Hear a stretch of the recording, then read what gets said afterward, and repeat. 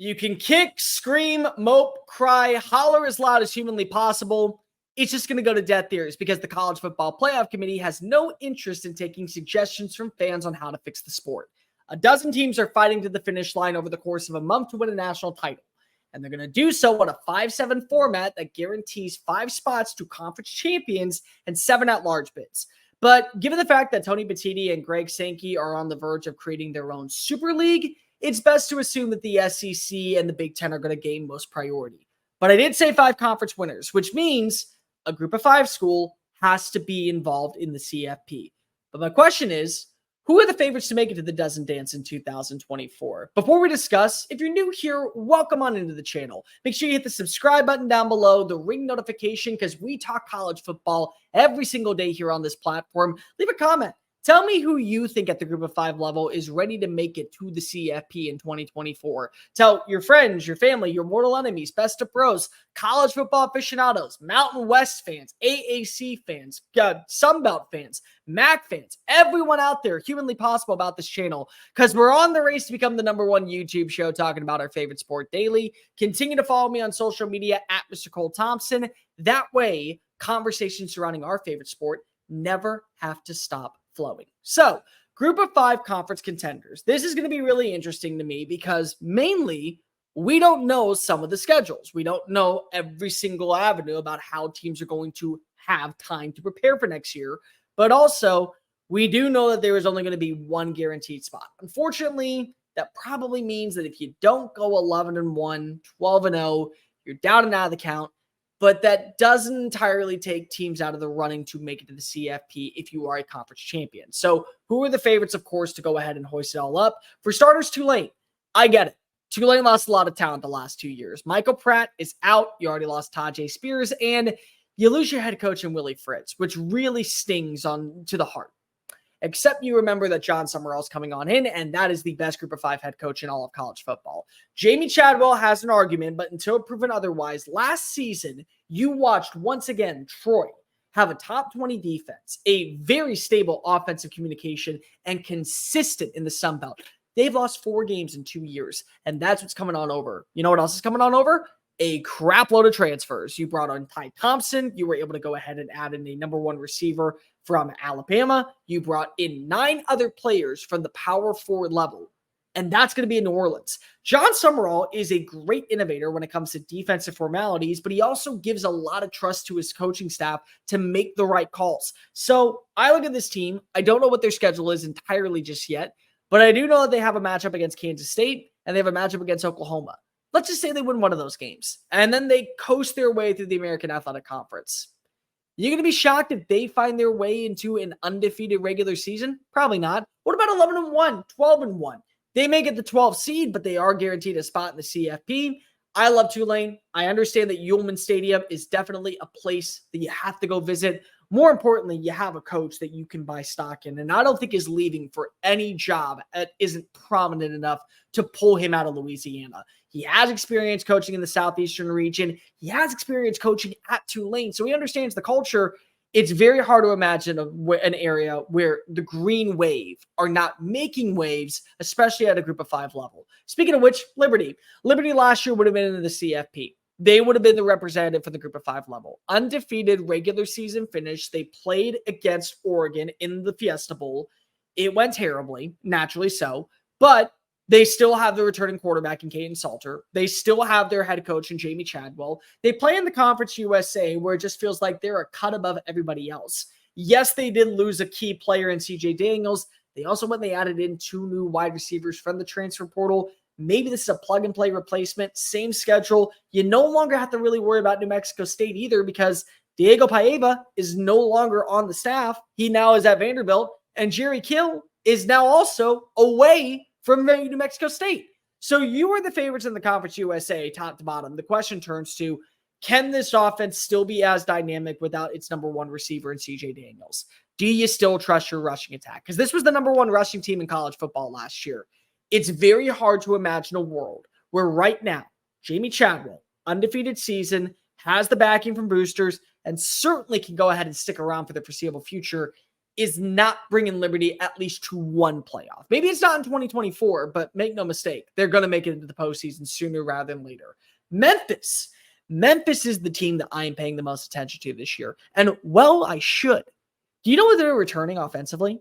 They have literally almost every starter back. They didn't lose anybody in the transfer portal. They went 10-3 last year. They coasted through the American Athletic Conference all the way until the very last week of the season. They had a shot of playing against UTSA or against Tulane for a conference title, but SMU beat them to the punch. That's the crazy part about this team, is that Ryan Silverfield, going into a year where he had to step up, delivered. And they didn't lose anybody in the process. They gained in a few more transfers. They had a decent recruiting class. And much like the AAC with Tulane, we don't really know Memphis' schedule. So what if they get 2 good buys? What if they don't have 3 back-to-back-to-back road games? What if you just look at the returning production, 5th most in college football this year, and they just run through the AAC? Yeah, they definitely are going to be in play. They definitely are going to have a shot.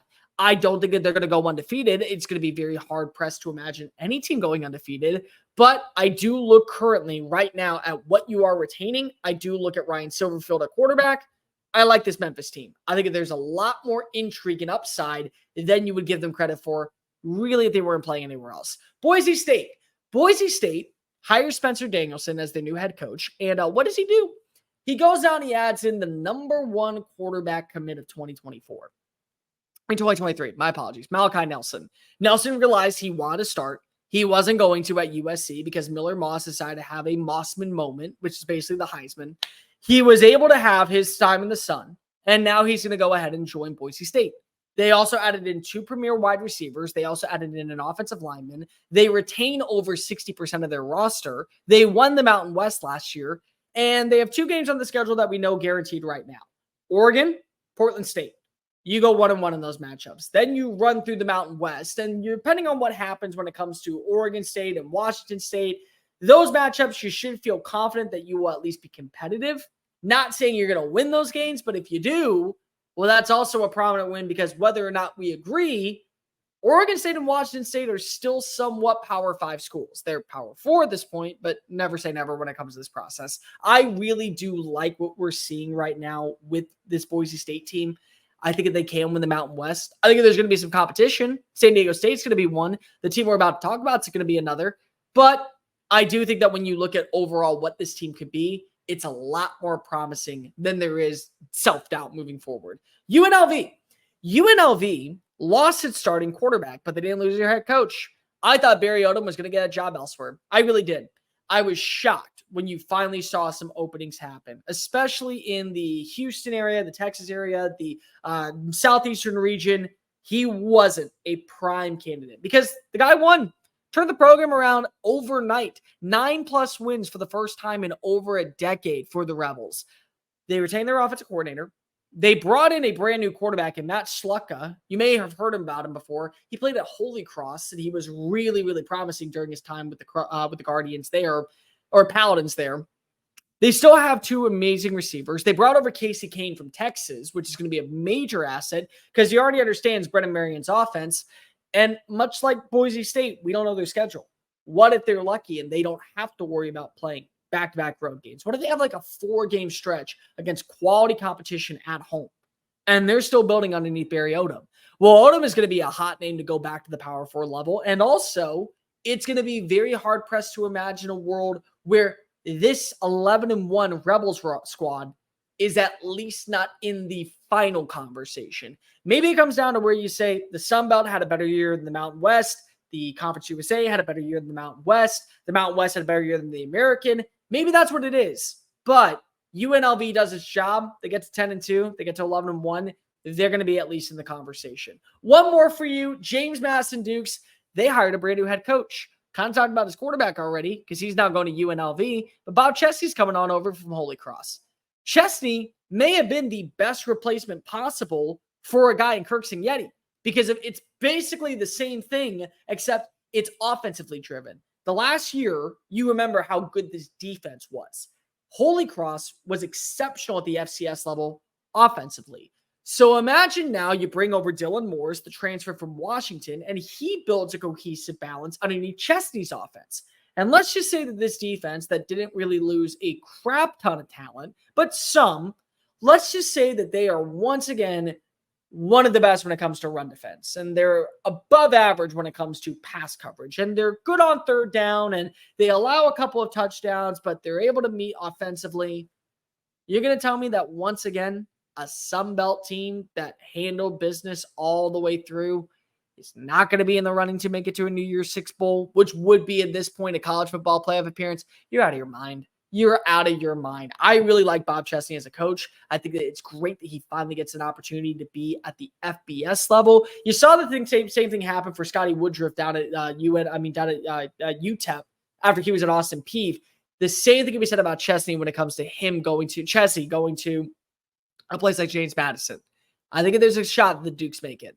I don't think it's a promising shot. And I do want to say, before you figured out what was going on with Texas State and the Jaden Deloria situation and the TJ Finley situation, that was a school that I was very excited to go watch them take the next step forward underneath GJ Kinney. But because that in mind, I got to lean more so in favor of the Dukes than the Bobcats. But still, at least there's going to be one team in the conversation from the Mountain West level. Those are the teams that I have from the group of 5 that I think are actually going to be in play for the college football playoff. Tulane, Liberty, Memphis, Boise State, UNLV, and James Madison. Do not be shocked to see one of them be in the 12-team postseason picture next season. And don't be shocked to see maybe another team come out of nowhere. UTSA, Texas State, Ohio got a brand new quarterback. You still have Miami of Ohio. The Red Hawks last year won the MAC. Maybe they can be involved. But one team's getting in. Who's it going to be? That's really up to the College Football Playoff Committee to decide. Make sure you hit the subscribe button down below. Leave a comment telling me which group of 5 school do you think is going to make the CFP in 2024. Tell everybody you know about this channel. The drunk dude even passed out in a Waffle House parking lot. Follow me on social media at Mr. Cole Thompson. And until next time, I am Cole Thompson. See you later, folks.